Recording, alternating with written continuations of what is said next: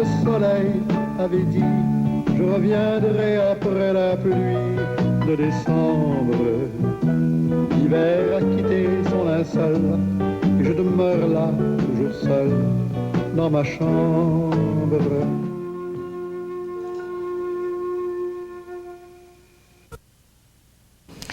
Mesdames, Messieurs, bonsoir.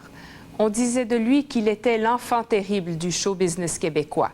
D'autres se souviendront de Jacques Normand comme celui qui les a fait rêver dans ses chansons de cabaret ou rire dans ses monologues à la radio et à la télé. Chose certaine, Jacques Normand a marqué toute une époque au Québec. D'abord dans les cabarets de Montréal, où il a été le premier à oser présenter des spectacles en français, et ensuite à la télé. Dans les années 60, le soir, ce qu'on regardait au petit écran, c'était les couche-tard pour voir Jacques Normand, en compagnie de Roger Beaulieu, avoir l'audace de se moquer des politiciens et de l'actualité. Esther Lapointe et Hélène Pichette vont nous faire revivre la vie et la carrière de Jacques Normand. La vie est là. Tous les jours. Chaque jour.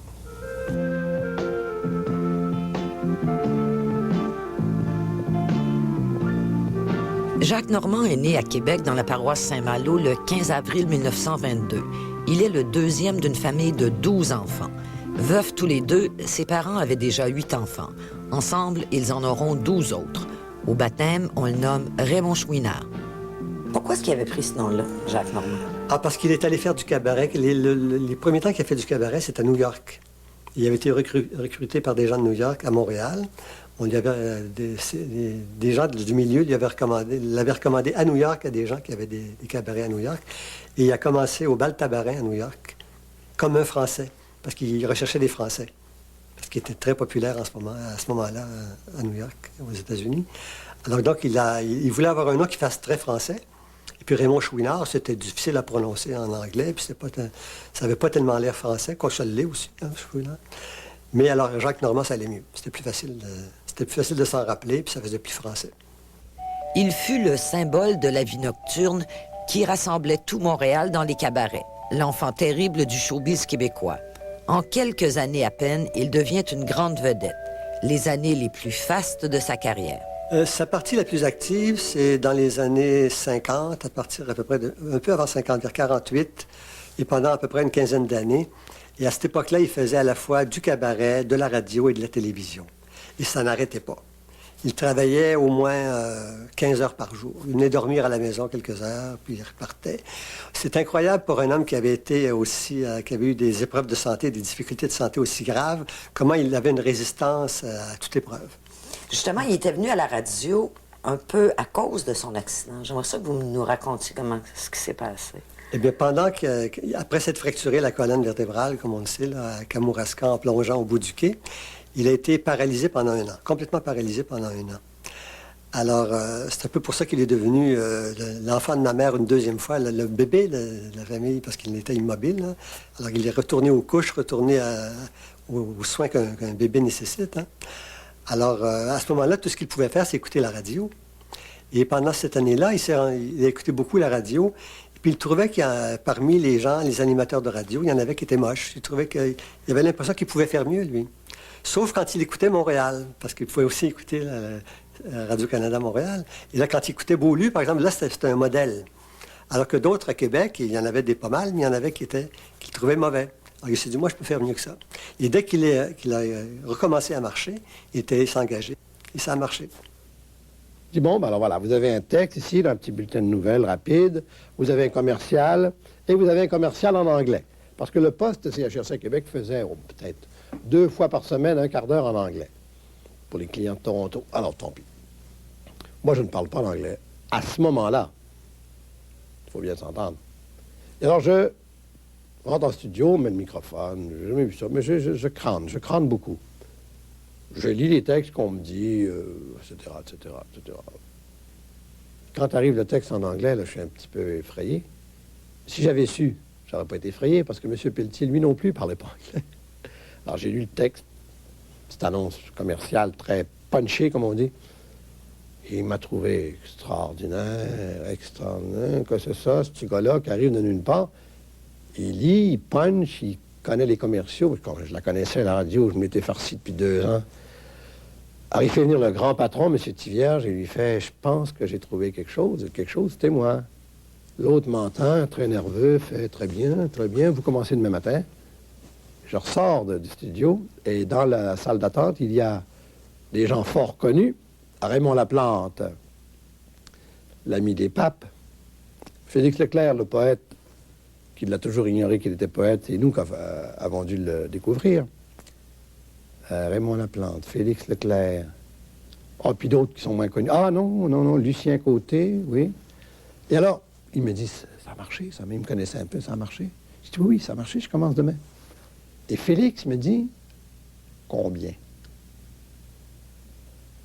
J'ai dit, 15. J'ai dit, 15?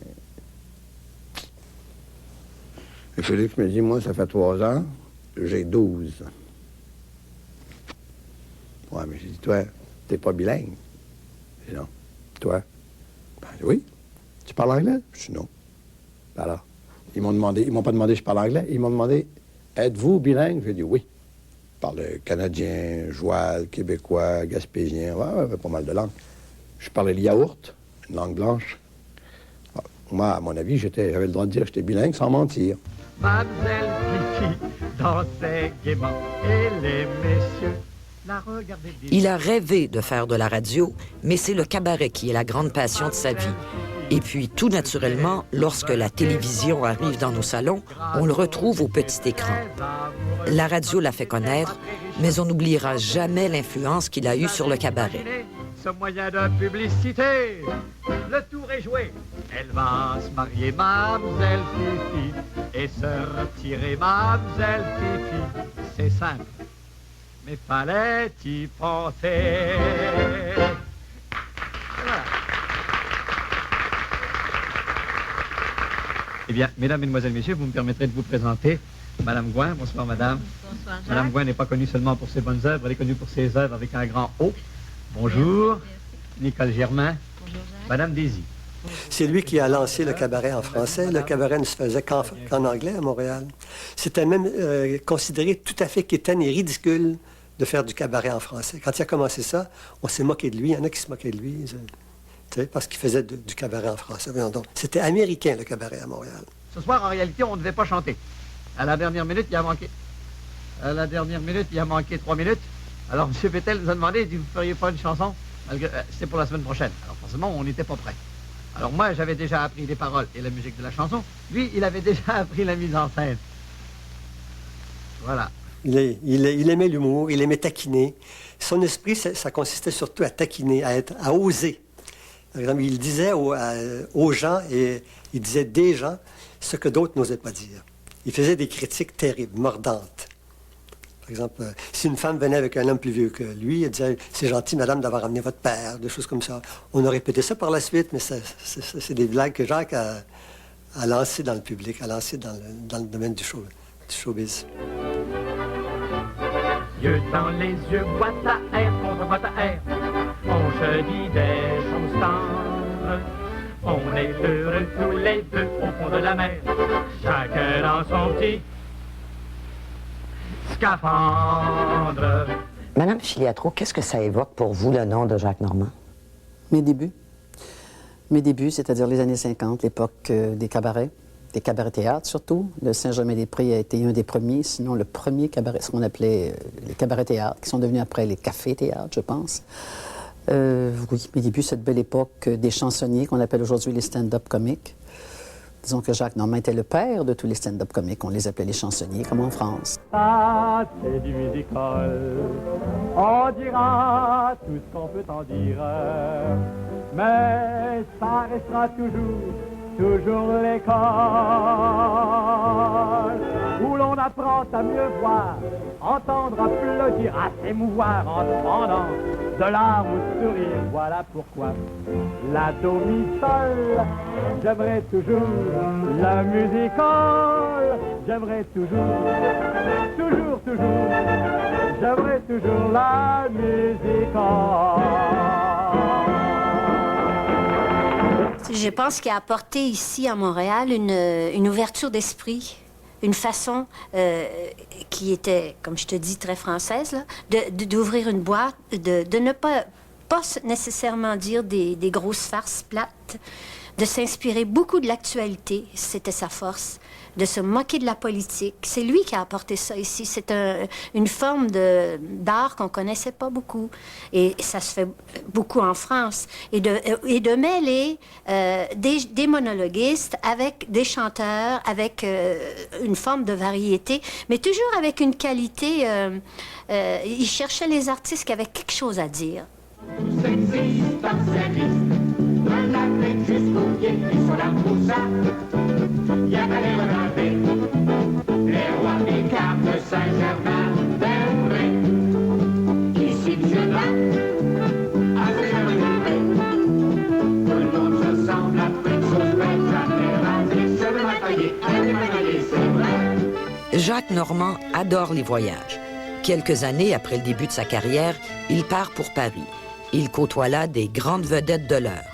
À Paris, il a du succès, mais il choisit quand même de rentrer définitivement à Montréal. J'aime les nuits de Montréal, pour moi ça vaut la place Pigalle.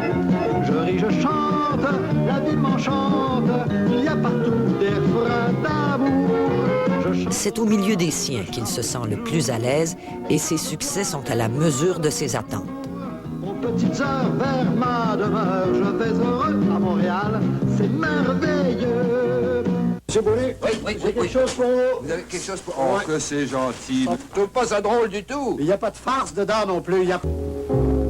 Regardez-les, les couches-tard.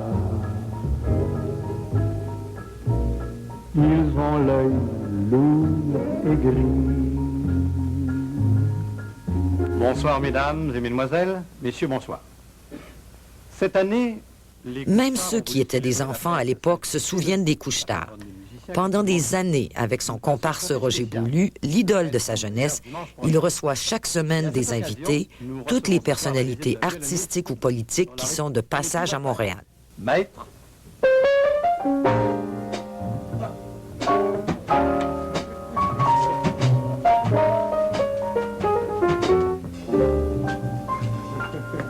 Bon, enfin.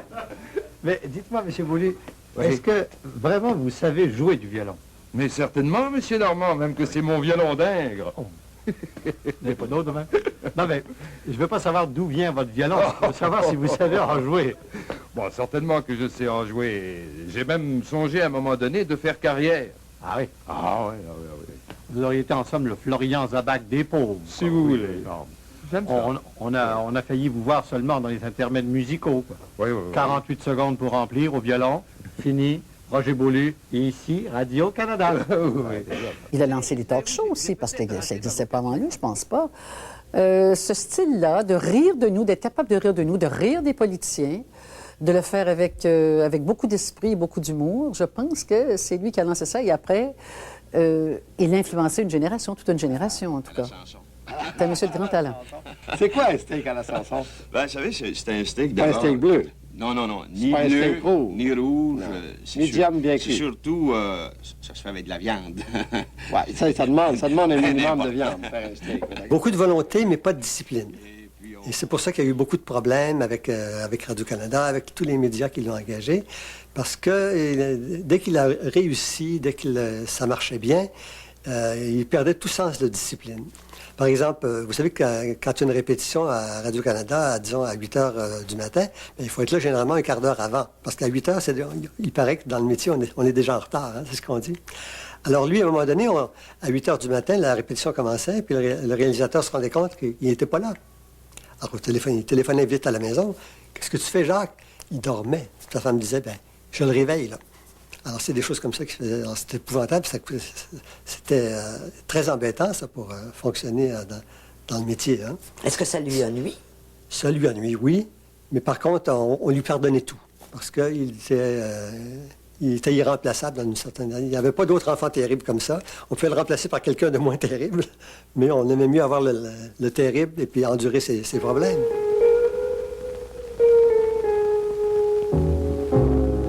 Regardez-les, les couches-tard. Mais voyez-vous, cet enfant terrible de nos ondes est aussi cet enfant gâté de nos ondes. Et c'est le gars qui vous dira, sans rire, moi je vais placer ce mot-là. Je perdrai peut-être un ami, mais je vais le placer. Monsieur Boulay, Oui, j'ai quelque chose pour vous. Vous avez quelque chose pour... Oh, Ouais. que c'est gentil, Ça va monsieur être votre Normand. feuille. Une dinde! Oui. Je trouve pas ça drôle du tout. Il n'y a pas de farce dedans non plus. Il n'y a pas de farce dedans. C'est ça le gag. Les couche-tard, c'est spécial. C'est que c'est Jean Bissonnette qui les réalisait. C'est Jean Bissonnette qui avait eu l'idée au départ. Et lui, il connaissait les problèmes de Jacques, ses problèmes de santé, par exemple. Surtout pendant ces 15 années-là, une quinzaine d'années, je pense que ça a duré, non, peut-être 12 seulement. Donc, il le faisait travailler derrière une chaise, comme si ses jambes flageolaient. Et s'il avait pris un verre, ben là, ses jambes ne le portaient presque plus. Donc, assis derrière une chaise, et avec Roger Beaulieu à côté de lui, ça contrôlait tout. Il n'y avait plus de problème pour se tenir debout puis être bien solide. Et d'autre part, il ne faisait pas trop d'incartades verbales grâce à Beaulieu qui était là pour le ramener dans le droit chemin. Et il y avait des textes aussi à ce moment-là. Ah, il y avait Donc, des textes. Oui, au couche-tard, il y avait des textes. Cher Couche-Tard, monsieur le ministre René Lévesque.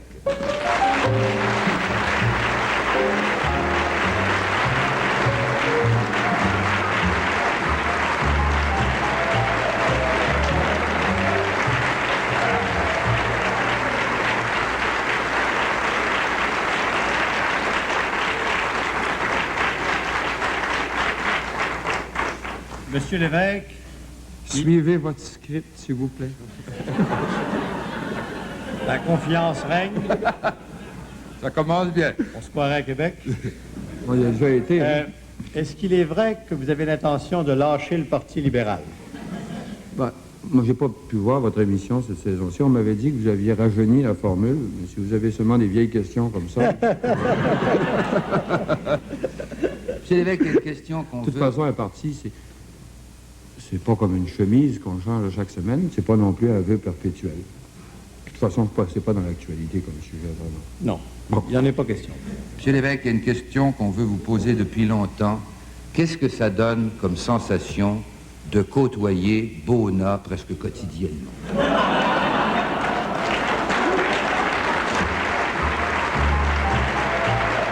Est-ce que les femmes vous aiment? De plus en plus, nos habitants désertent leur terre pour s'installer en ville. C'est un fait connu. À tel point que bientôt, la campagne québécoise va ressembler à un désert. Non, mais attendez, les gars, là. Et quand le Québec sera un désert, comme vous avez l'air de le prétendre, là, ce qu'il faudra pour conduire nos vaillantes populations vers des oasis de bonheur, sous des palmiers que je ne connais pas, ce ne sera pas des députés qu'on va avoir besoin, ça va être des chameaux. Et d'après vous, Jacques, les députés n'ont rien à voir avec les chameaux? Bien sûr que non, j'ai jamais dit ça. Remarquez qu'il y en a quelques-uns d'entre eux, des fois, en chambre des communes, très communes d'ailleurs, qui se traitent de chameaux tout acabit, mais ça, on peut rien y faire. Oui, mais est-ce qu'ils ont des raisons pour ça? Ben non. Peut-être que... Remarquez que le corps de notre Assemblée nationale est fait un peu comme celui d'un chameau, hein? Oui. Avec des gars de l'évêque, votre ami, avec Jean-Jacques. Votre ami? Oui. Samson, le sien. On va le prendre. Enfin, vous avez la Je vais le prendre. Vous avez la partie qui, faute de foin, rumine sans cesse la défaite du mois d'avril, ça? Là, 29. Ça a pogné vers le mois d'avril. C'est ce mois-là, ça. Ouais. Mais ça, c'est pour l'opposition. Les ministériels, quelle partie du chameau ils vont faire?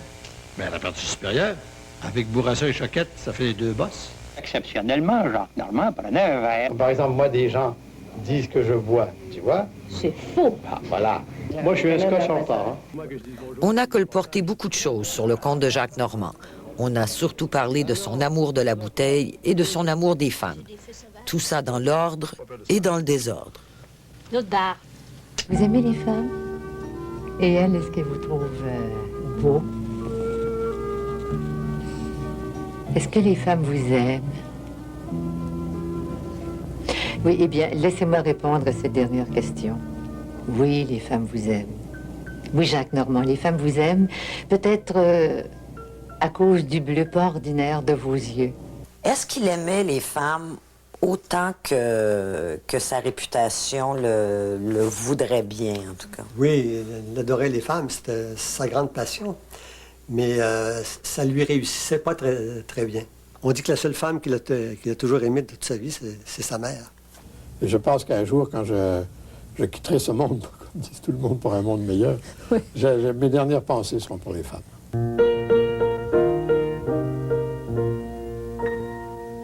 Mamie Sténodactylo, Il y en a 40 dans son bureau, mais il y a qu'elle qui s'appelle Mimi. C'est moi qui suis son petit ami. Je la retrouve à 7 heures tous les soirs. En me revoyant, elle me dit bonsoir, d'une toute petite voix attendrie. Et c'est pour ça qu'elle est mamie.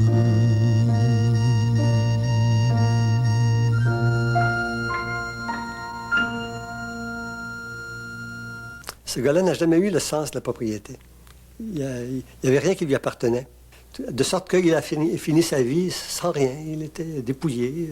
Mais pourtant, c'est quelqu'un qui a dû gagner pas mal de sous dans sa vie.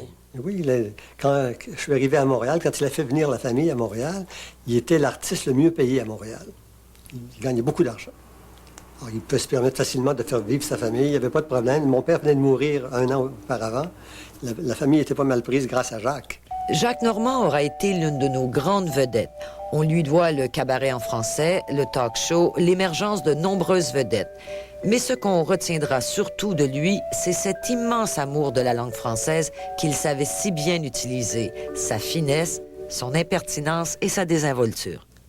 Il a eu quand même beaucoup de chance. Il a pu quand même faire ce qu'il aimait vraiment. Et ça l'a vraiment emballé. Il a eu un succès qu'il n'attendait pas quand il était jeune. Il ne savait pas qu'est-ce qu'il ferait dans la vie. Hein. Il a eu un succès inattendu et ça lui a plu beaucoup. Il se trouvait éclaté par la vie malgré toutes ses difficultés, malgré toutes ses misères, malgré sa mauvaise santé. Je pense qu'il tenait beaucoup, il était très attaché à la vie et puis il ne décrochait pas. Il n'aurait pas décroché lui-même. Il a fallu que la nature vienne s'emparer de lui par la force.